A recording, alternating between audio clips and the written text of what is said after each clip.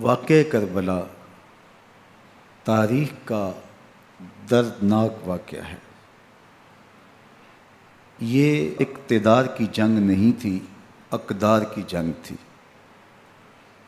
دو شخصیتوں کی لڑائی نہیں تھی، دو نظریات کا ٹکراؤ تھا۔ یہ حق اور باطل کا معرکہ تھا۔ یزید ظلم کا استعارہ ہے، حسین ابن علی امن کی علامت ہے۔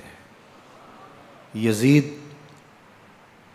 جبر کا پتلا ہے، حسین صبر کا پیکر ہے۔ یزید اپنی بدطینت فطرت اور اپنی طبع ناہموار کے باعث دنیا پر ذلت و رسوائی، ظلم، جبر، جور و زیادتی کی علامت بن کے ابھرا، اور حسین ابن علی رضی اللہ تعالی عنہ حق و صداقت کا نشان بن کے ابھرا۔ کربلا کے تپتے ہوئے ریگزار میں حسینی اور یزیدی دو کردار سامنے آتے ہیں۔ اقبال نے کہا تھا، موسیٰ و فرعون و شبیر و یزید، ایند و قوت از حیات آید پدید، زندہ حق از قوت شبیری است، باطل آخر داغ حسرت میری است، سرخ رو عشق غیور از خون او، شوخی ای مصر از مضمون او، تا قیامت قطع استبداد کر، موج خون او چمن ایجاد کر۔ یزید بہدل کی بیٹی محسون کا ناپاک بیٹا تھا، اور حسین محمد عربی کی بیٹی فاطمہ کا شہزادہ تھا۔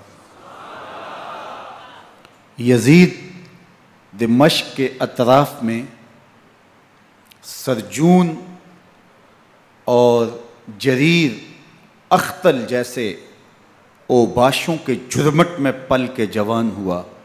حسین کے گھر کا دروازہ مسجد نبوی کے اندر کھلتا تھا۔ یزید نشے میں دھت ہو کر کے نمازیں چھوڑ دیتا تھا۔ حسین کی کربلا کے اندر بھی نماز تہجد قضا نہیں ہوئی۔ یزید ظلم کا دوسرا نام ہے، حسین امن کی علامت ہے۔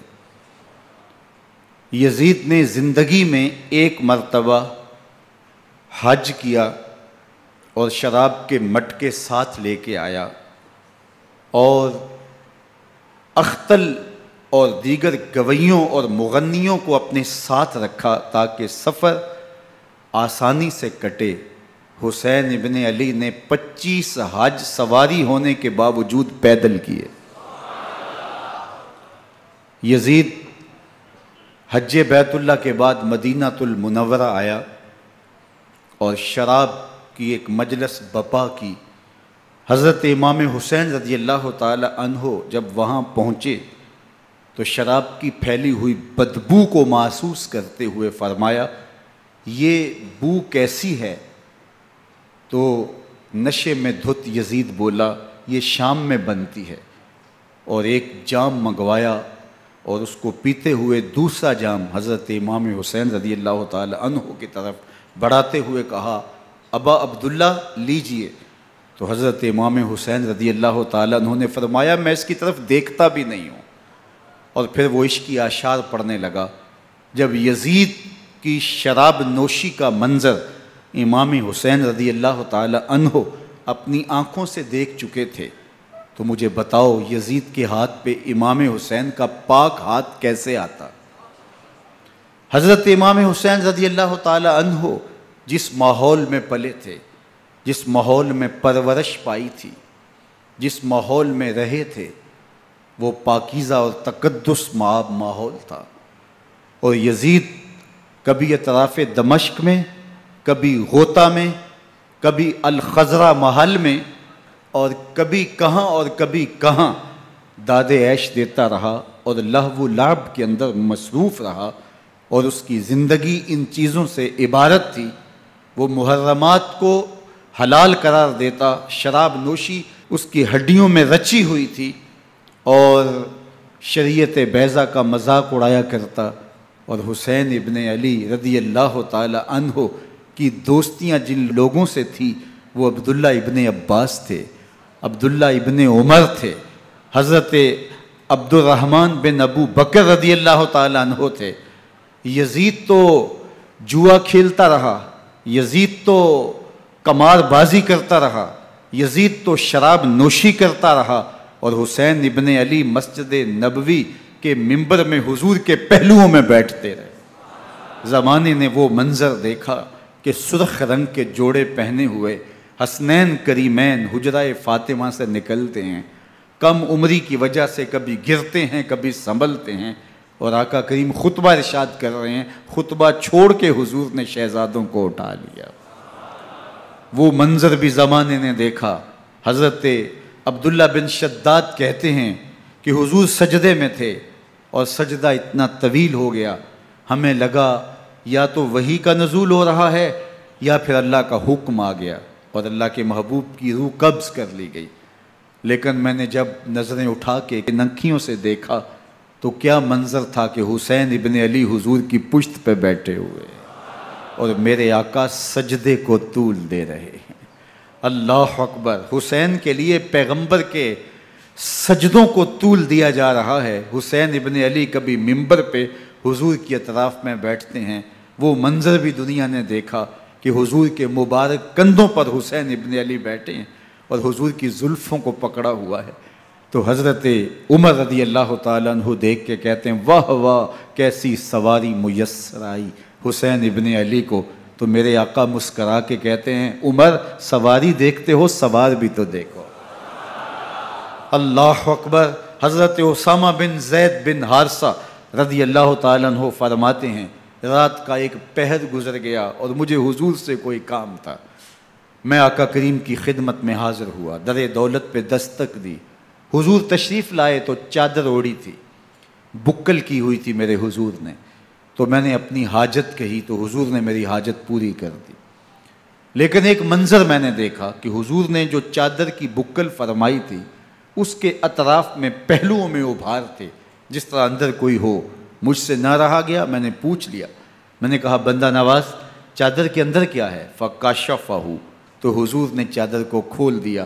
فَإِذَا الْحَسَنُ وَالْحُسَيْنُ عَلَىٰ وَرِكَيْهِ، تو کہتے ہیں میں نے اپنی آنکھوں سے دیکھا ایک پہلو سے امام حسین لپٹے ہوئے تھے، ایک پہلو سے امام حسن لپٹے ہوئے تھے۔ فرمایا یہ میرے بیٹے ہیں، یہ میری بیٹی کے بیٹے ہیں، اے اللہ میں ان سے پیار کرتا ہوں، تو بھی ان سے پیار کر، جو ان سے پیار کرے اس سے بھی پیار کر۔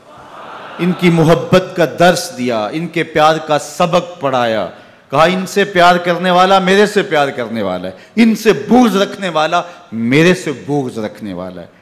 ان کی تکلیف حضور کو بے چین کر دیتی تھی۔ حضرت سیدہ فاطمہ الزہرا رضی اللہ تعالی عنہ کے گھر کے قریب سے گزرے تو حضرت امام حسین کے رونے کی آواز آ رہی تھی، تو آقا کریم علیہ السلام نے فرمایا کہ فاطمہ حسین کو چپ کرواؤ، الا تعلمی ان بقاءہ یوزینی، تو جانتی نہیں حسین کا رونا مجھے دکھ دیتا ہے۔ حسین ابن علی کو حضور رونے نہیں دیتے تھے، ان کو دکھی نہیں ہونے دیتے تھے، کیونکہ رسول اللہ صلی اللہ علیہ وسلم جانتے تھے کہ یہ کتنے دکھ سہے گا، کتنی تکلیفوں سے گزرے گا اور کتنے مصائب سہے گا۔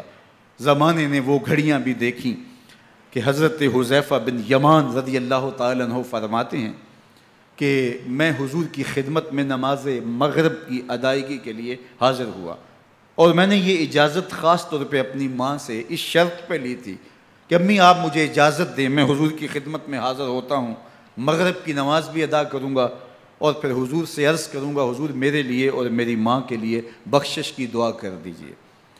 ماں نے اس شرط پہ اجازت دے دی اور میں حضور کی خدمت میں آ گیا، نماز مغرب ادا کی، سلام پھرا تو میرے دل میں آرزو تھی میں حضور سے عرض کروں حضور میرے لیے اور میری ماں کے لیے مغفرت کی بخشش کی دعا کر دیں، لیکن حضور عبادات میں، ذکر میں، نوافل میں ایسے مشغول ہوئے کہ میں آرزو رکھنے کے باوجود بھی عرض نہ کر سکا۔ خیر نماز عشاء کا وقت ہوا، اذان پکاری گئی، حضور مصلی پہ آئے، نماز پڑھی، سلام پھرا، تو میرے دل میں پھر خیال آیا کہ ماں سے ایک نماز کی چھٹی لی تھی، نمازیں بھی 2 ہو گئیں، ماں نے جاتے پوچھنا ہے حضور سے میرے لیے اور اپنے لیے مغفرت کی بخشش کی دعا کروائی تھی، تو کیا جواب دوں گا؟ اور حضور اٹھے اور کاشانہ اقدس کی طرف چل دیے۔ اب میرے دل میں یہ خیال رہ کے آ رہا تھا کہ ماں کو کیا جواب دوں گا، میں تو حضور سے بخشش و مغفرت کی دعا کروا ہی نہیں سکا۔ جب حضور چل پڑے تو غیر ارادی طور پہ میں بھی حضور کے پیچھے چل پڑا۔ چلنے میں تھوڑی سی رفتار تیز ہو گئی جس سے قدموں کی آہٹ پیدا ہوئی، تو جب آواز پیدا ہوئی تو حضور نے رخ پھیرے بغیر فرمایا من ھذا، میرے پیچھے پیچھے کون آ رہا ہے؟ پھر خود ہی کہا حذیفہ تو نہیں؟ تو میرا دل دھڑک رہا تھا، قلت نعم، میں نے کہا جی حضور میں حذیفہ ہوں۔ فرمایا ما حاجتک غفر اللہ لک ولامک، کیا کام ہے؟ اللہ تجھے بھی بخش دے، تیری ماں کو بھی بخش دے۔ اب جو کام تھا وہ جنبش لب سے پہلے ہی ہو گیا، یہاں تو لفظوں کا سہارا بھی نہیں لینا پڑتا، وہ بند لبوں کی بولیاں بھی سنتے ہیں۔ اقبال بولا ہے فروغت صبح آثار و دہور، چشم تو بی نندائے ما فی الصدور، تیری نظر تو سینوں کے چھپے راز بھی دیکھتی ہے۔ تو کہا ما حاجتوں کا غفر اللہ لک ولامک، اللہ تجھے بخش دے، تیری ماں کی بھی مغفرت کر دے، کیا کام ہے؟ اب جو کام تھا وہ تو ہو گیا۔ تو میرے حضور نے ارشاد فرمایا حذیفہ سنو، ابھی ایک فرشتہ آیا ہے جو اس سے قبل دھرتی پر پہلے کبھی نہیں آیا، آج پہلی مرتبہ اللہ سے اجازت لے کے 2 کام کرنے آیا ہے، ایک تو مجھے سلام کرنے آیا ہے اور دوسرا خوشخبری دینے آیا ہے کہ آپ کی بیٹی فاطمہ جنتی عورتوں کی سردار ہے اور حسن اور حسین جنتی جوانوں کے سردار۔ ایک طرف یزید ناپاک میسون کا پلیت بیٹا، اور ایک طرف محمد عربی کا نواسا، فاطمہ کے دودھ کا اثر، علی المرتضیٰ کے خون کی تاثیر، رسول اللہ صلی اللہ علیہ وسلم کے کندھوں پہ بیٹھنے والا۔ ایک دن حضور نے امام حسین رضی اللہ تعالیٰ عنہ کے ہاتھ پکڑ لیے اور ان کے پاؤں اپنے پاؤں پہ رکھے اور پھر فرمایا بیٹے آگے بڑھو، اور ان کے پاؤں حضور کی پنڈلیوں پہ آئے، پھر کہا بیٹے اور آگے بڑھو، حتیٰ کہ ان کے پاؤں حضور کی رانوں پہ آئے، پھر فرمایا بیٹا اور آگے بڑھو، تو ان کے پاؤں حضور کے مبارک بطن اقدس پہ آئے، پھر بازوؤں کو کھینچ کے اپنے قریب کیا اور حسین ابن علی کے منہ میں اپنی زبان رکھ دی، اور وہ اس طرح چوس رہے تھے جس طرح کھجور چوسی جاتی ہے۔ تو اللہ کے محبوب علیہ السلام نے حسین ابن علی کو اپنی زبان کا لعاب دہن دے کر کے، وہ شیر رحمت دے کر کے، وہ کوثر و تسلیم سے پاکیزہ تر آب رحمت عطا کر کے ان کی ہمیشہ کے لیے پیاس بجھا دی، تاکہ کل کربلا کے تپتے ہوئے ریگزار میں حسین ابن علی کو پیاس کی شدت تنگ نہ کرے اور پائے استقلال میں لغزش نہ آنے پائے۔ ان نازوں سے پالے ہوئے حسین کو، ان محبتوں سے پالے ہوئے حسین ابن علی کو امتحان بھی اتنے بڑے درپیش تھے۔ یاری تیری سونا پر ازمیشاں تیریاں اگ، سونا پرکھیا جامدہ ہے نال اگاں دے لگ۔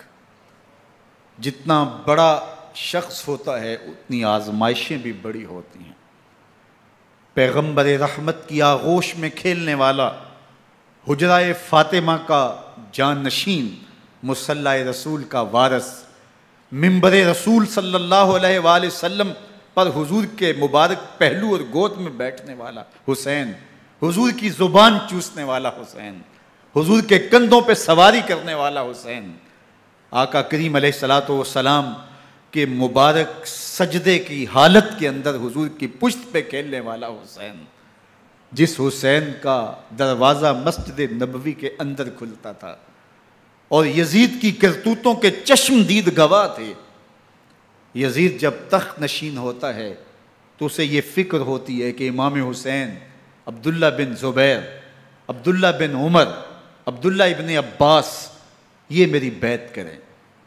اور وہ ولید بن عقبہ کو لکھتا ہے کہ ہر صورت میں ان کی بیعت لو، اور اگر بیعت نہ دیں تو سختی کرو۔ حضرت امام حسین رضی اللہ تعالی عنہ کو بلاوا آتا ہے کہ آپ کو دارالامارت میں گورنر ہاؤس میں بلایا جا رہا ہے، ولید بن عقبہ کا پیغام آپ کو پہنچتا ہے۔ آپ اس وقت فرماتے ہیں کہ اس وقت جو پیغام پہنچا ہے وہ کسی خطرے سے خالی نہیں ہے، تو کچھ سواروں کو ساتھ لیا، کہا تم دارالامارت کے باہر کھڑے رہنا، اگر میری آواز بلند ہوئی تو اندر آ جانا، ورنہ تم انتظار کرنا۔ آپ اندر گئے۔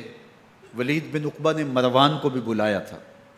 مروان بن حکم یہ گورنر مدینہ ولید سے پہلے رہ چکا ہے، تو اس نے مشورہ دیا کہ سختی کی جائے۔ خیر ولید بن عقبہ نے کہا کہ یہ خط ہے، حضرت امیر معاویہ کا انتقال ہو گیا اور یزید تخت نشین ہوا ہے، لہٰذا وہ آپ سے بیعت کا مطالبہ کرتا ہے۔ تو حضرت امام حسین رضی اللہ تعالیٰ عنہ نے فرمایا کہ میرے جیسا شخص یوں چھپ کے بیعت نہیں کر سکتا، اور آپ واپس پلٹے۔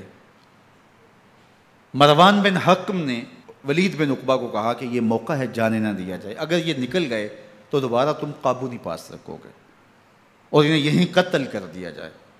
حضرت امام حسین رضی اللہ تعالیٰ عنہ نے یہ بات سن لی۔ کہتے ہیں حضرت امام حسین انہی قدموں کے بل واپس پلٹے اور مروان بن حکم سے مخاطب ہو کے کہا، مروان کیا بول رہا ہے؟ وہ خاموش ہو گیا۔ فرمایا تو جانتا نہیں ہم کون ہیں؟ آنا حسین ابن علی ابن ابی طالب، میں حسین ہوں، میں علی کا بیٹا ہوں، ہمارے گھر میں قرآن اترتا رہا ہے، وحی کا نزول ہوتا رہا ہے، اور یزید فاسق ہے، فاجر ہے، مسلمانوں کا قاتل ہے اور شرابی ہے، میں ڈنکے کی چوٹ پہ یزید کی بیعت سے انکار کرتا ہوں۔ بس حیدری کچھار سے محمدی شیر نکل آیا ہے۔ اب اوسان خطا ہو گئے، راستہ چھوڑ دیا، واپس آئے، سیدہ زینب سے ملے، کہا مدینے کو چھوڑنا پڑے گا۔ کہا بھیا کیا ہوا؟ کہا یزید بیعت لینے پہ مصر ہے اور میں کسی صورت بھی بیعت نہیں کروں گا، رسول اللہ کا مدینہ ہمارے خون سے لالہ زار بنے گا، میں نہیں چاہتا کہ حضور کے شہر نور کی حرمت پامال ہو۔ دوستو وہ کیسا منظر ہوگا جب حسین ابن علی نے آخری حاضری حضور کے روضے پہ دی ہوگی۔ حاجی یا معتمر 10 دن کے لیے، 8 دن کے لیے، 20 دن کے لیے مدینہ المنورہ عارضی سکونت اختیار کرتا ہے، اور حضور کے روضہ انور سے، اس شہر نور سے، ان گلیوں سے، ان بام و در سے ایسا مانوس ہو جاتا ہے کہ جب واپس پلٹ رہا ہوتا ہے ان دعاؤں کے ساتھ کہ دوبارہ آنا بھی نصیب ہو، اور اسے لگتا ہے کہ میں دوبارہ بھی بلایا جاؤں گا، لیکن اس کے باوجود شہر حبیب چھوڑنا قیامت سے کم نہیں ہوتا۔ اعظم چشتی مرحوم آخری بار جب حضور کے روضہ انور پہ گئے تو بیمار تھے، ویل چیئر پہ تھے۔ باب بقی سے باہر نکلے تو خادم سے کہا کہ میری ویل چیئر پیچھے سے کھینچو تاکہ میرا رخ روضہ انور کی طرف رہے، اور وہ پیچھے سے کھینچتا چلا جا رہا ہے، اور جب باب مکہ سے پیچھے جنت البقیع کے قریب سے گنبد خضرا نگاہوں سے اوجل ہونے لگا تو اعظم چشتی مرحوم نے کہا، جان بدن سے نکلتی ہے اعظم، جان بدن سے نکلتی ہے اعظم، کوئی آسان ہے مدینے سے جدا ہونا، کوئی آسان ہے مدینے سے جدا ہونا۔ یہ اس شخص کی کہانی ہے جو 10 دن، 5 دن، مہینہ، 2 ماہ وہاں رہتا ہے، اور پھر اس شہر کو چھوڑ کے آنا اس کے لیے آسان نہیں ہوتا۔ اور مجھے بتاؤ کہ حسین جو پیدا مدینے میں ہوا، جس کے گھر کا دروازہ مسجد نبوی کے اندر کھلتا تھا، جو مسجد نبوی کے اندر پرورش پا کے جوان ہوتا ہے اور مدینے کی گلیوں میں کھیلتا رہا، اس حسین ابن علی کے لیے مدینہ چھوڑنا، اور پھر وہ اس بات کا علم اور شعور رکھتے تھے کہ یہ آخری بار حضور کے در پہ حاضری ہے، دوبارہ اس شہر نور میں نہیں آ سکوں گا، تو کیا قیامت ہوگی اور کیا منظر ہوگا۔ محمد بن حنفیہ کے علاوہ خاندان نبوت کے جتنے لوگ تھے ان سب نے شہر مدینہ کو الوداع کہا، اور رات کے موقع میں مدینہ المنورہ کو، مسجد نبوی کو چھوڑ کر کے مکہ کی جانب عازم سفر ہوئے۔ 3 شعبان المعظم کو مکہ المکرمہ پہنچتے ہیں، ادھر کوفیوں کے خطوط آنے شروع ہو جاتے ہیں۔ حضرت امام حسین رضی اللہ تعالیٰ عنہ مسلم بن عقیل رضی اللہ تعالیٰ عنہ کو صورتحال معلوم کرنے کے لیے بھیج دیتے ہیں۔ 40,000 کوفی آپ کے ہاتھ پہ بیعت کر لیتے ہیں۔ ادھر 25 پیدل حج کرنے والے حضرت امام حسین 8 ذی الحج کو احرام باندھتے ہیں، لیکن آپ کو پتہ چلتا ہے کہ حاجیوں کے روپ میں قاتل چھپا دیے گئے، تو آپ اس احرام کو حج کی بجائے عمرے میں بدلتے ہیں اور کوفے کی جانب عازم سفر ہوتے ہیں۔ کائنات والو، ذرا سینے پہ ہاتھ رکھ کے دیکھو کہ یہ کتنا مشکل مرحلہ تھا۔ اس دین کی آبرو کو بچانے کے لیے حضرت امام حسین رضی اللہ تعالیٰ عنہ نے کتنا بڑا قدم اٹھایا۔ آپ کے بہی خواہ، دوست، احباب عبداللہ بن عمر یہ سارے روکتے ہیں، عبداللہ بن عباس کہتے ہیں حضرت نہ جائیے، الکوفی لا یوفی، کوفی کبھی وفا نہیں کرتے، آپ کے والد کو وہاں شہید کیا گیا، لیکن آپ ایک فرض کو نبھانے جا رہے ہیں۔ میرے غم گسارو، میرے مہربانوں، نہ روکو مجھ کو جانے دو، مجھے نانے کے دی کی ڈوبتی کشتی بچانے دو، میں جاتا ہوں کہ دنیا پر وفا کا نام رہ جائے، میں رہوں نہ رہوں پر عظمت اسلام رہ جائے۔ میں نہیں جاتا تو نبی کے گھر کی آن جاتی ہے، میں نہیں جاتا تو نبی کے گھر کی آن جاتی ہے، تمہارا دین جاتا ہے میری غیرت ایمان جاتی ہے۔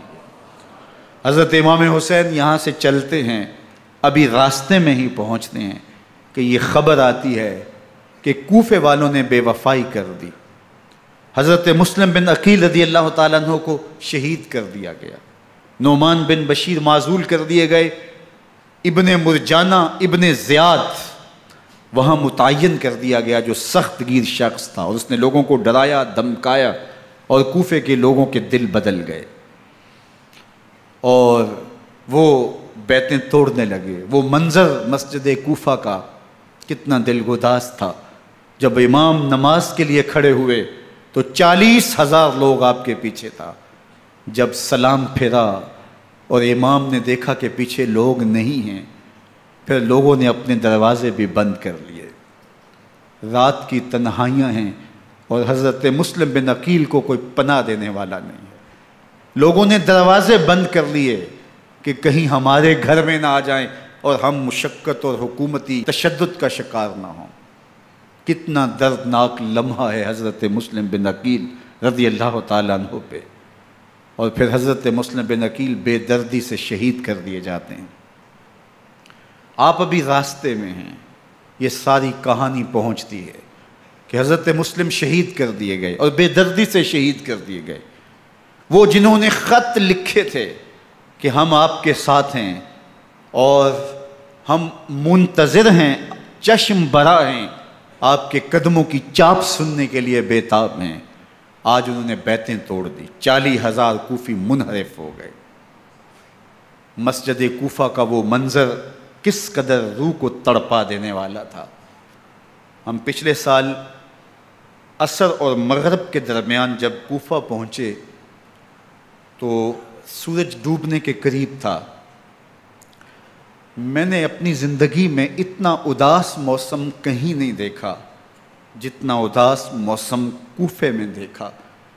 ایسے لگتا تھا جس طرح کوفے کی آب و ہوا آج بھی شرمندہ ہے۔ جو مسلم بن عقیل اور خاندان نبوت کے ساتھ اہل کوفہ نے کیا، حضرت امام حسین رضی اللہ تعالیٰ عنہ کو ان کے بہی خواہوں نے، اعزاء نے، اقرباء نے، دوستوں نے، آوان و انصار نے، ساتھیوں نے کہا کہ حضرت حالات یکسر تبدیل ہو گئے، اب ہمیں مراجعت کر جانی چاہیے، واپس پلٹ جانا چاہیے۔ تو حضرت امام حسین کافی سوچ بچار میں رہے، پھر اس کے بعد آپ نے فیصلہ کیا کہ ہم آگے بڑھیں گے۔ دوستوں نے کہا کہ حضرت اگر آپ آگے بڑھیں گے تو ہمیں لگتا ہے کہ وہ آپ کے ساتھ سلوک اچھا نہیں کریں گے اور آپ بچوں کے سامنے پیاسے شہید کر دیے جائیں گے۔ تو حضرت امام حسین رضی اللہ تعالیٰ عنہ نے وہاں ایک خطبہ ارشاد فرمایا کہ لوگوں تم جو مجھے بتا رہے ہو مجھے اچھی طرح معلوم ہے، جو تم مجھے منظر پیش کر رہے ہو وہ میری نگاہوں میں ہے، اور جو کچھ ہونے والا ہے چشم تصور وہ منظر دیکھ رہی ہے۔ چونکہ حضرت امام حسین رضی اللہ تعالیٰ عنہ کی شہادت کی خبر حضرت امام حسین کے پیدا ہوتے ہی خاندان نبوت میں عام تھی۔ حضور علیہ الصلوۃ والسلام کو یہ بات جبریل امین نے آ کے بتائی تھی جب حسین ابن علی کے ساتھ حضور محبت کا اظہار کر رہے تھے، تو یہ جبریل امین نے آ کے کہا تھا حضور آپ کا یہ بیٹا ارض طف میں شہید کر دیا جائے گا، اور کربلا کی مٹی لا کے حضور کو دی اور ام سلمہ کو حضور نے عطا کر دی۔ حضرت ام سلمہ کہتی ہیں کہ ایک دن میں سوئی تو خواب دیکھا کہ حضور کے مبارک بال بکھرے ہوئے ہیں اور سخت پریشان ہیں، تو میں نے کہا کہ حضور آپ کی یہ کیا حالت ہے؟ وَبِيَدِهِ قَارُورَةٌ، اور حضور کے ہاتھ میں ایک شیشی ہے، فیہا دمن، جس کے اندر خون ہے۔ تو میں نے کہا حضور یہ کیا؟ فرمایا میں قتل گاہ حسین سے آ رہا ہوں اور یہ حسین ابن علی کا خون ہے۔ تو کہا 10 محرم کا دن تھا، دوپہر کا یہ منظر تھا، میں کیلولہ کر کے اٹھی، جب میں نے دیکھا تو وہ شیشی جس میں کربلا کی مٹی رکھی تھی وہ خون بن چکی تھی۔ تو یہ خبر پہلے دی گئی تھی، یہ بتا دیا گیا تھا۔ فرمایا میرے دوستو جو تم مجھے بتاتے ہو میں اس سے بے خبر نہیں ہوں، یہ سب کچھ ہونے والا ہے، لیکن اس کے باوجود میں کیوں جا رہا ہوں؟ تو آپ کا ایک تاریخ ساز جملہ ہے جو کربلا کے فلسفے کو ہمارے سامنے رکھتا ہے کہ یہ اتنا بڑا امتحان کیوں دیا۔ حضرت امام حسین رضی اللہ تعالیٰ عنہ نے فرمایا وَلَكُمْ فِيَّ أُسْوَةٌ، میں اس لیے جا رہا ہوں قیامت تک ظلم، جبر اور ناانصافی کے خلاف کھڑے ہونے والوں کے لیے کوئی نمونہ تو ہو۔ میری زندگی قیامت تک ظلم، جبر اور استحصالی نظام کے خلاف کھڑے ہونے والوں کے لیے نمونہ ہے۔ تو حضرت امام حسین رضی اللہ تعالیٰ عنہ نے حق اور باطل کے درمیان ایک سرخ لکیر کھینچ دی اپنے خون سے۔ اب حق اور باطل کا امتیاز کرنا مشکل نہیں ہے، کوئی باطل پہ اڑا رہے تو الگ بات ہے، لیکن امتیاز کرنا مشکل نہیں ہے۔ حدود بالکل واضح کر دیں۔ اقبال نے یہاں کتنی خوبصورتی کے ساتھ اس مضمون کو نبھایا۔ سرخ رو عشق غیور از خون او، شوخی این مصرع از مضمون او، تا قیامت قطع استبداد کر، موج خون او چمن ایجاد کر۔ ایک جہاں آباد کر دیا، حق اور باطل کی راہیں اجال دی۔ اب لوگوں کو یزید کا چہرہ پہچاننے میں دیر نہیں لگتی، وقت کے ہر یزید کا چہرہ آسانی سے پہچانا جا سکتا ہے۔ یہ معرفت زمانے کو کروائی کس نے؟ حسین ابن علی نے کروائی رضی اللہ تعالی عنہ۔ تو حضرت امام حسین نے فرمایا کہ جو میرے ساتھ ہونے والا ہے میں اچھی طرح جانتا ہوں، لیکن میں اس کے باوجود آگے بڑھوں گا۔ پھر بڑھے اور کربلا میں جا کے خیمہ زن ہو گئے۔ 7 محرم کو پانی بند کر دیا گیا۔ پانی بند ہوا تو کھانا بھی میسر نہیں تھا، لیکن ذکر پانی کا ہوتا ہے اس لیے کہ کھانے کے بغیر انسان کئی دن کاٹ لیتا ہے، لیکن پانی کے بغیر گزر نہیں ہوتی۔ تو فرات کی نہر سامنے اپنی موجوں کے ساتھ چمک رہی ہے، لیکن ایک قطرہ آب بھی آل رسول کو نہیں دیا جا رہا۔ کائنات کے اندر ایسے انوکھے امتحان بھی ہوتے ہیں۔ وارثوں ساقی کوثر کے، مالک ہوں حوض کوثر کے، اور بیٹے ہوں ساقی کوثر کے، اور آج ایک بوند پانی کی بھی میسر نہ ہو۔ صبر کا امتحان ہے، عزیمت کا امتحان ہے۔ حضرت امام حسین رضی اللہ تعالیٰ عنہ خیمہ زن ہو گئے۔ 3 دن تک پانی بند رہتا ہے۔ 9 محرم کو رات کی تنہائی میں حملہ آور ہونا چاہتے ہیں، لیکن آپ نے کہا کہ ہمیں اللہ کے حضور عبادت اور ذکر کے لیے وقت دیا جائے۔ ساری رات ذکر میں گزرتی ہے، عبادات میں گزرتی ہیں۔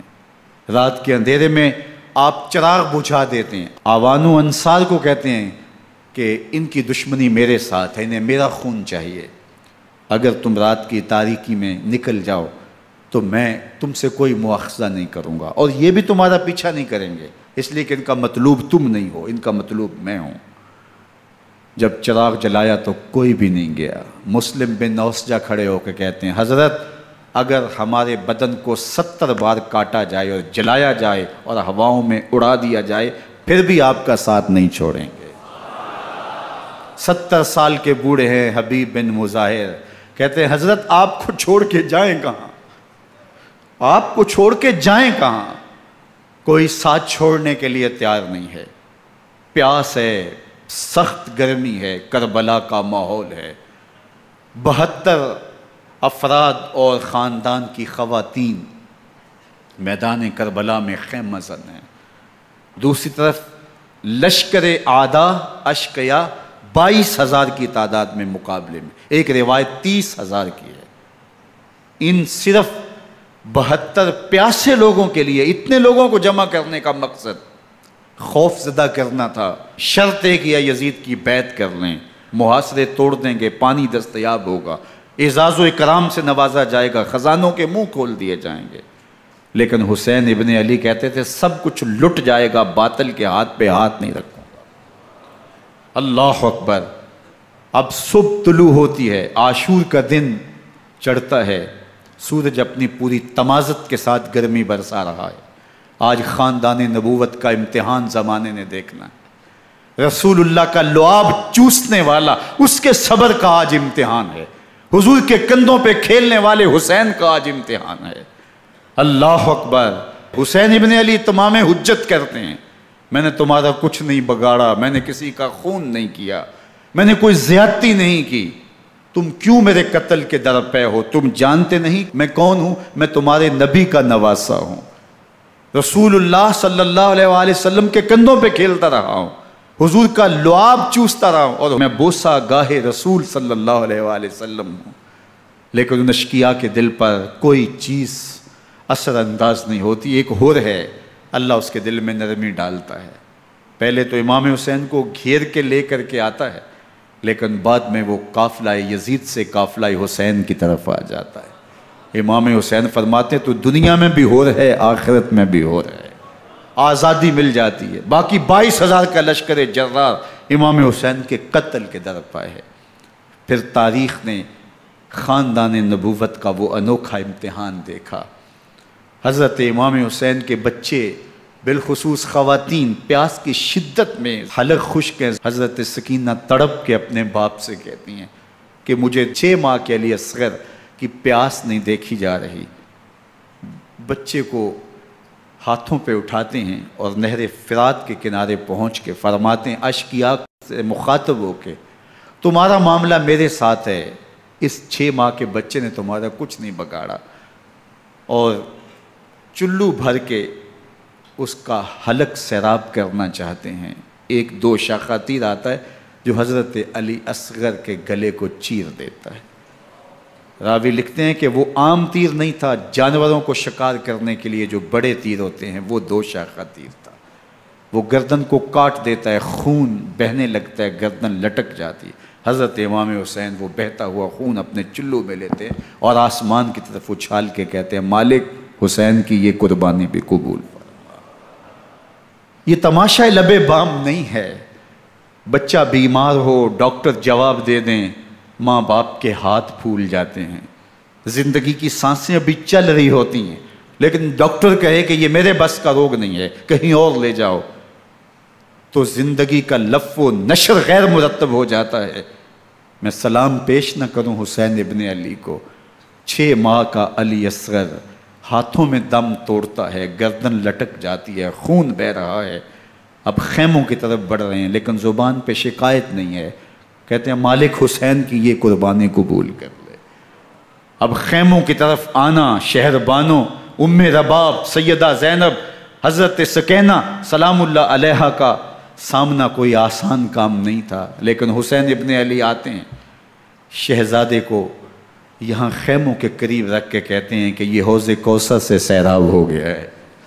اللہ اکبر، کوہرام مچ جاتا ہے خیموں کے اندر، کیا منظر ہوگا، اور ان کو کن الفاظ کے پیرائے میں ڈھال کر کے ان کیفیات کو بیان کیا جا سکتا ہے جو اہل بیت کے خیموں کے اندر علی اصغر کی شہادت کے بعد کا منظر رقم ہو رہا ہوگا۔ اللہ اکبر، ادھر عشقیہ آوازیں دے رہے ہیں، مبارزت کے لیے پکار رہے ہیں۔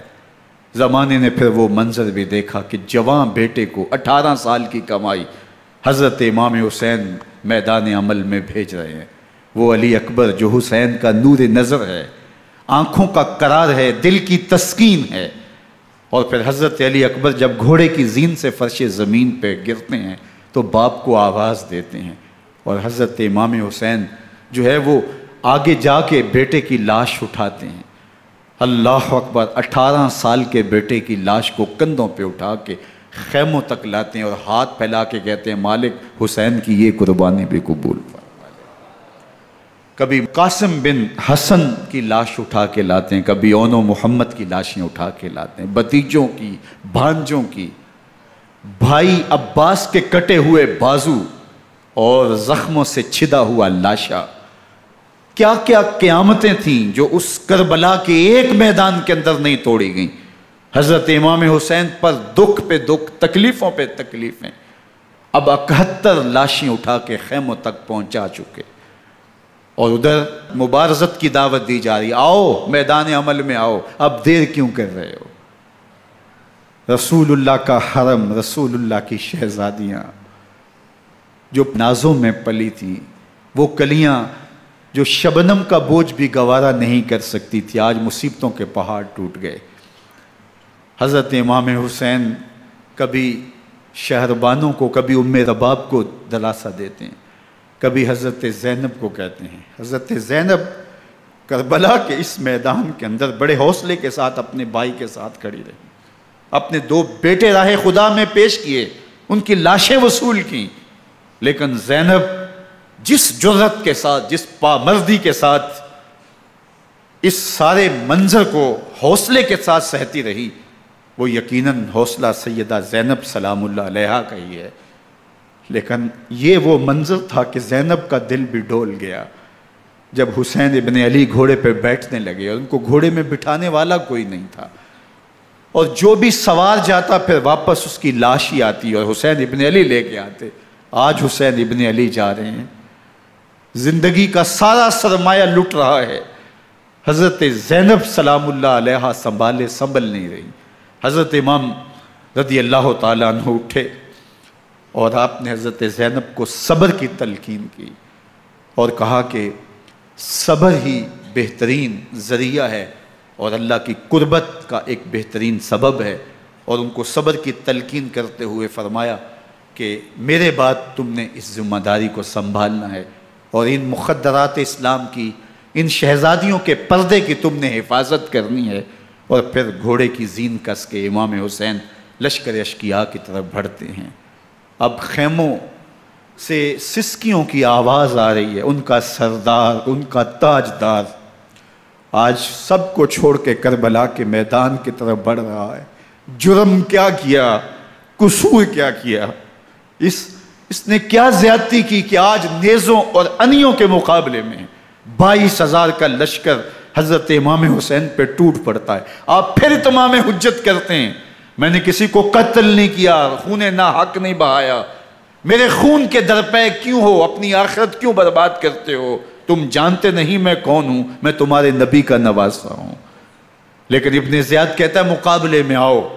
پھر حضرت امام حسین رضی اللہ تعالیٰ عنہ مقابلے میں آتے ہیں، اور جب گھوڑے کو ایڑ لگا کے دشمن اشقیاء پہ ٹوٹتے ہیں تو پھر ایسا منظر ہوتا ہے کہ وہ بھیڑ بکریوں کی طرح آگے بھاگتے ہیں۔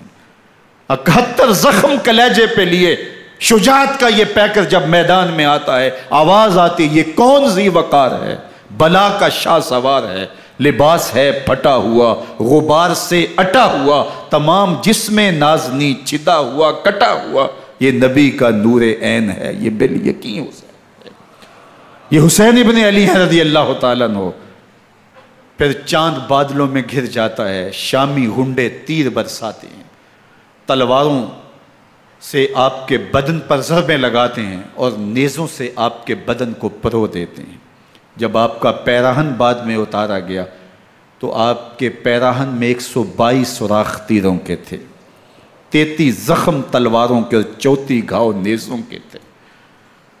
جب گھوڑے کی زین سے فرش زمین پر آئے، بدن چھلنی تھا، زخم زخم سے خون بہہ رہا تھا، 3 دن کا پیاسا حسین، اللہ اکبر، بدن زخموں سے چور، 71 لاشیں کلیجے پہ لیے، مخدرات اسلام کے پردے کا خیال دل میں الگ ہے، لیکن گھوڑے کی زین سے جب فرش زمین پہ امام حسین آتے ہیں، زبان پہ ہائے نہیں، نالا و شیون نہیں، چیخ و پکار نہیں، آتے ہی پیشانی سجدے میں رکھتے ہیں اور پکارتے ہیں اللہم ردن بقضائک وصبرن علی بلائک تسلیما لامرک سبحان ربی العالی۔ مالک گھر لٹا کے، بچے لٹا کے، خاندان سب کچھ قربان کر کے، اپنے بدن کو زخموں سے چھلنی کروا کے، تیروں اور نیزوں کی انیوں سے اپنے آپ کو زخمی کروا کے، تیرے حضور سر جھکا کے یہ اقرار کرتا ہوں کہ حسین تیری تقدیر پہ راضی ہے، مالک تو بھی بتا، تو بھی حسین پہ راضی ہوا ہے کہ نہیں ہوا۔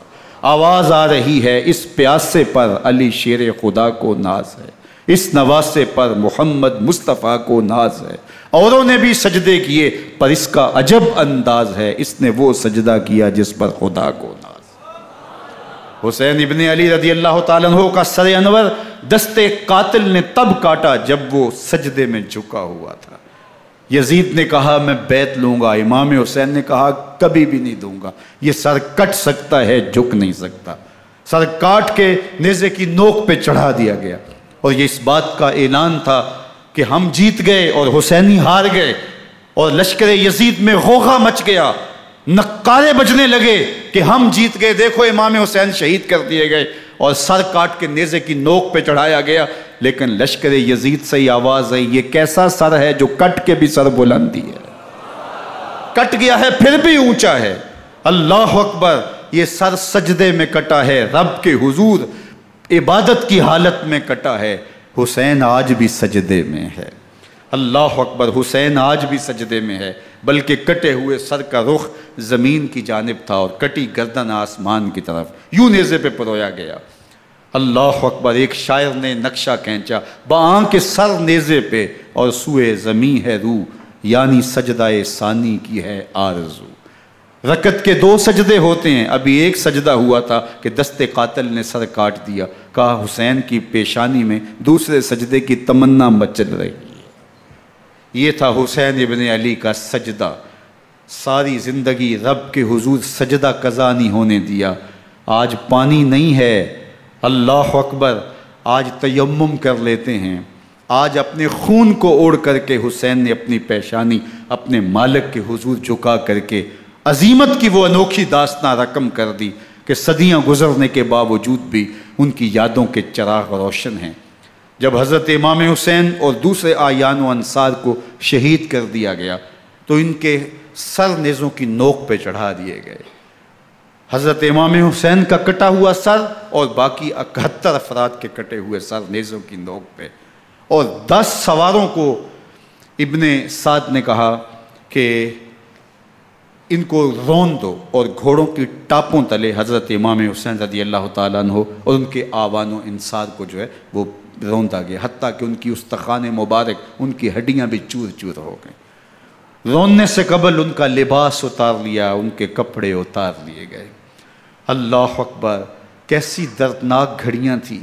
یزید کا صرف یہی بد کرداری کا مرحلہ نہیں تھا، اس کربلا کے صحرا کے اندر یزید نے جس طرح امام حسین رضی اللہ تعالیٰ عنہ کو شہید کیا اور حضرت امام حسین کے خاندان کو شہید کیا، جب مدینہ المنورہ پر یزید نے مسلم بن عقبہ کو مقرر کیا، جس کو بزرگوں نے مصرب بن عقبہ کہا ہے، تو اس کو کہا 3 دن تک مدینے کا حرم تمہارے لیے حلال ہوگا، جو چاہو تم کرنا، اور شامی فوجوں کو اجازت ہوگی۔ تو وہاں بھی انہوں نے 10,000 تابعین اور 700 صحابہ کو شہید کیا۔ حضرت ابو سعید خدری رضی اللہ تعالیٰ عنہ گھر سے باہر نکلے، کافی بوڑھے ہو چکے تھے، تو انہوں نے حضرت ابو سعید خدری کو پکڑ لیا، کہا تم کون ہو؟ کہا مجھے ابو سعید خدری کہتے ہیں۔ تو کہا ہاں تمہارا نام سنا ہے، اور داڑھی سے پکڑ کے کھینچا اور کہا کہ ہے تمہارے پاس جو ہمیں دو؟ تو کہا کہ میرے پاس تو کچھ بھی نہیں، میں تو فقیر آدمی ہوں۔ تو ان کے گھر ان کو لے گئے، تو 2 کبوتر رکھے تھے حضرت ابو سعید خدری نے، تو وہ کبوتر لوٹ کے لے گئے۔ اللہ اکبر۔ حضرت ابن سنان رضی اللہ تعالیٰ عنہ کو، جو حضور کے علم بردار تھے فتح مکہ کے دن، ان کو ستو پہلے پلائے اور پھر ان کی گردن کاٹی گئی، اور کہا یہ ہے وہ ستو جو تم زندگی میں آخری بار پیو گے۔ ایک گھر میں داخل ہوئی شامی فوج، تو ایک خاتون کے ابھی ابھی بچہ پیدا ہوا تھا، اور قابلہ نے، دائیہ نے، وہ بچہ ماں کی چھاتی پہ لٹایا، اور وہ ماں کا پہلا دودھ پی رہا تھا۔ تو یہ جا کے کہنے لگے نکالو تمہارے پاس جو کچھ ہے۔ تو اس خاتون نے کہا تم جانتے ہو یہ بچہ کون ہے؟ تو انہوں نے کہا ہم نہیں جانتے۔ کہا یہ حضرت ابن ابی کبشہ انماری رضی اللہ تعالیٰ عنہ کا بچہ ہے، اور یہ وہ صحابی ہیں کہ جو بیت الشجرہ کے موقع پہ حضور کے ہاتھ پہ بیعت کرتے ہیں۔ انہوں نے اس چیز کا لحاظ نہ کیا کہ جو کچھ ہے وہ ہمیں دو، ورنہ تیرے بچے کو نہیں چھوڑیں گے۔ تو ماں بچے سے مخاطب ہو کے کہتی ہے، ابھی بچہ پیدا ہوا ہے اور ماں سے پہلا دودھ پی رہا ہے، کہ بیٹے اگر میرے پاس کچھ ہوتا، وہ قیمتی سے قیمتی چیز بھی ہوتی، تیری جان کے لیے قربان کرتی، لیکن اس وقت میرے پاس کچھ ہے نہیں۔ تو ایک شکی آگے بڑھا اور بچے کو ایک ٹانگ سے پکڑ کے کھینچ کے دیوار کے ساتھ پٹک کے مارا، جس سے دماغ کا بھیجا نکل گیا۔ کیا کیا زیادتیاں نہیں کی۔ 700 صحابہ حرہ کے واقعہ میں شہید کیے یزید نے، اور 10,000 تابعین شہید کیے۔ مسجد نبوی میں ممبر رسول کے ساتھ گھوڑے باندھے، اور وہ ممبر رسول اور مصلی رسول کے قریب لید کرتے رہے۔ حضرت سعید عبد المسیب فرماتے ہیں میں نابینا تھا اور حضور کے روضہ انور کے پاس بیٹھا تھا، اور یزید کے سپاہی آتے، جو بھی مسجد میں نظر آتا پکڑ کے لے جاتے، مجھے نابینا سمجھ کے چھوڑ دیتے، لیکن میں پریشان تھا کہ ظہر کا وقت ہوگا، عصر کا وقت ہوگا، مغرب عشاء کا وقت ہوگا، نہ اذان، نہ اقامت، نہ جماعت، تو کیسے مجھے پتہ چلے گا کہ نماز کا وقت ہو گیا، اور کیسی میری نمازوں کا کیا بنے گا؟ میں اس فکر میں بیٹھا تھا۔ لم ازل اسمع الاذان والاقامت من قبر رسول اللہ صلی اللہ علیہ وآلہ وسلم۔ فرماتے ہیں جب بھی پھر نماز کا وقت آیا، گنبد خضرا سے اذان کی بھی آواز آئی، اقامت کی بھی آواز آئی۔ 3 دن تک مسجد نبوی کے اندر گھوڑے بندے رہے، اور مدینہ کی حرمت پامال کی۔ مدینہ کے گھروں کے اندر یہ بدکماش داخل ہوئے، اور جو بدکاریاں انہوں نے کی، کلیجہ منہ کو آتا ہے۔ 1002 شیزائیں ان بدکاروں کی بدکاریوں کی وجہ سے کنواری حالت کے اندر حاملہ ہوئی۔ 3 دن تک مدینے کا حرم انہوں نے پامال کیا، اور پھر مکہ المکرمہ میں کعبۃ اللہ پر گولے برسائے، اور کعبہ کا غلاف جل گیا۔ وہ تو یزید مر گیا، اور حضرت عبداللہ ابن زبیر رضی اللہ تعالیٰ عنہ نے اپنی خلافت کا اعلان کیا۔ یزید کے یہ کرتوت تھے، ادھر اہل مدینہ کو ستایا، ادھر اہل مکہ کو ستایا، اور رسول اللہ صلی اللہ علیہ وسلم کے خانوادے کی بے حرمتی اور توہین کی۔ نہ صرف انہیں قتل کیا گیا، ان کی لاشوں پہ گھوڑے دوڑائے۔ ابن سعد اور شمر جو ہے وہ خیموں میں داخل ہوا، اور مخدرات اسلام کی چادریں چھیننے کی کوشش کی۔ حضرت زینب سلام اللہ علیہ نے مخاطب ہو کے کہا ہمارے چہرے کے رکھوالے چلے گئے ہیں، ظالم تو خیال نہیں کرتا ہم رسول اللہ کی بیٹیاں ہیں۔ حضرت شہربانو، حضرت زین العابدین اور حضرت زینب سلام اللہ علیہم، ان تینوں کو ایک اونٹ پہ باندھا گیا، اور باقی اونٹوں پہ باقی سادات کو، حضور کی شہزادیوں کو باندھا گیا، رسیوں میں جکڑا گیا، اور اونٹوں پہ باندھ کر کے کوفے کی جانب آگے آگے شہیدوں کے سر چل رہے ہیں، اور پیچھے یہ قافلہ چل رہا ہے۔ اور جب یہ قافلہ وہاں سے گزرا جہاں لاشیں پڑی تھیں، امام زین العابدین 14 سال کے تھے اور بیمار تھے، اور ان کا حوصلہ نہ ہوا، وہاں غشی ان کے اوپر آنے لگی، اور وہ منظر ابن کثیر نے، باقی لوگوں سب نے لکھا ہے کہ پھر جب ان کی یہ حالت ہوئی تو پھر سیدہ زینب سلام اللہ علیہ، جنہوں نے ابھی تک بڑے حوصلے کے ساتھ ساری مشکلات کا مقابلہ کیا تھا، اب ان کے بندن ٹوٹ گئے اور آنکھوں سے آنسو بہنے لگے، اور سیدہ زینب نے امام حسین رضی اللہ تعالیٰ عنہ کی لاش پہ کھڑے ہو کے، اور وہ روندی ہوئی لاش، ٹوٹی ہوئی ہڈیاں، اور وہ برینا بدن، کٹا ہوا سر نیزے کی نوک پہ، اور لاش یہ پڑی ہے، تو حضرت سیدہ زینب نے مدینے کی طرف منہ کر کے جو ہے وہ حضور سے فریاد کی، یا محمد آہو، یا محمد آہو، ھذا حسین بالآراء مزمل بالدماء، یا محمد آہو بناتوں کا سبایا۔ یا رسول اللہ، اے پیارے آقا، یا جد آہو، اے ہمارے نانا محترم، یہ دیکھیے آپ کا حسین پڑا ہوا ہے۔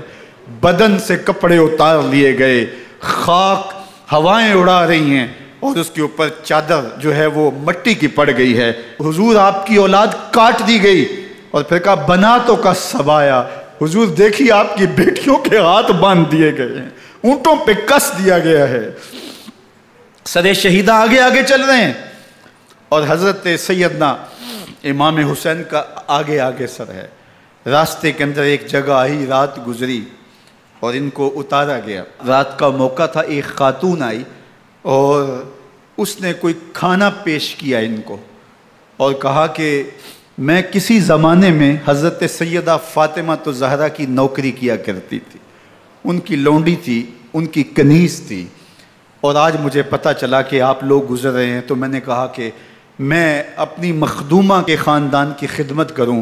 اور پھر اس نے کہا کہ اس وقت سیدہ کی گود میں ایک 6-7 ماہ کی بچی تھی جس کو زینب کہا کرتے تھے، تو سیدہ زینب نے کہا کہ اماں اگر پہچانتی ہو تو وہ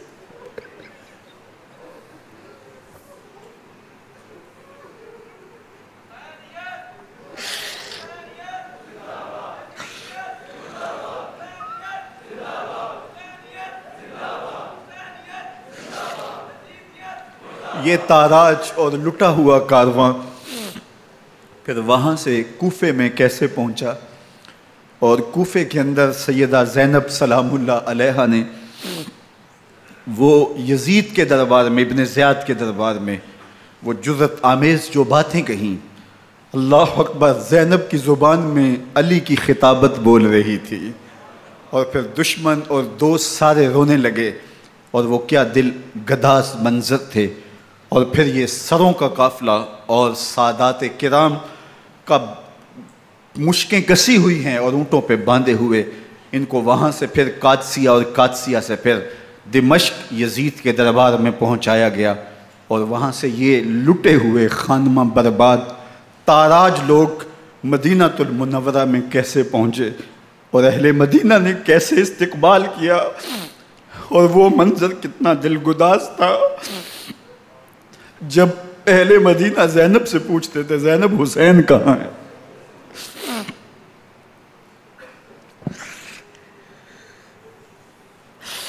بے مروت بے وفا تیرا بھی کیا افسانہ ہے، جس نے اپنی ہی شمع کو گل کیا تو وہ پروانہ ہے۔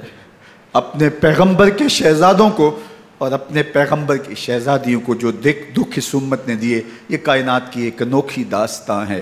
اللہ ہمیں اسوہ شبیری پہ عمل کی توفیق عطا کرے اور ان کے نقوش پاک کی برکتیں دے، اہل بیت کی محبت ہماری روحوں میں جذب کر دے، اور جس عظیمت کے ساتھ، جس حوصلے کے ساتھ انہوں نے دکھوں کو جھیلا، جو دہکتی آگ کے شعلوں پہ سویا وہ حسین، جو جواں بیٹے کی میت پر نہ رویا وہ حسین، جس نے سب کچھ کھو کے کچھ نہ کھویا وہ حسین، مرتبہ اسلام کا جس نے دوبالا کر دیا، خون نے جس کے دو عالم میں اجالا کر دیا، جو کہ سوزے غم کو سانچے میں خوشی کے ڈھال کے مسکرایا موت کی آنکھوں میں آنکھیں ڈال کے۔ اے حسین ابن علی تم پر سلام، نازش آل نبی تم پر سلام۔ ذرا میرے ساتھ یہ پڑھ لیجئے، اے حسین ابن علی تم پر سلام، نازش آل نبی تم پر سلام، تم پہ لاکھوں رحمتیں لاکھوں سلام، اے شہیدان محبت کے امام، لالا گوں لالا بدن لالا کفن، اے چمن اندر چمن، زندگی ہی زندگی تیری حیات اے حیات اندر حیات اندر حیات، افتخار ملت بیضا ہے تو، رب کعبہ کی قسم یکتا ہے تو، فخر کا دل میں دریچہ باز کرنا چاہیے، جن کا تو آقا ہے ان کو ناز کرنا چاہیے۔ وآخر دعوانا ان الحمدللہ۔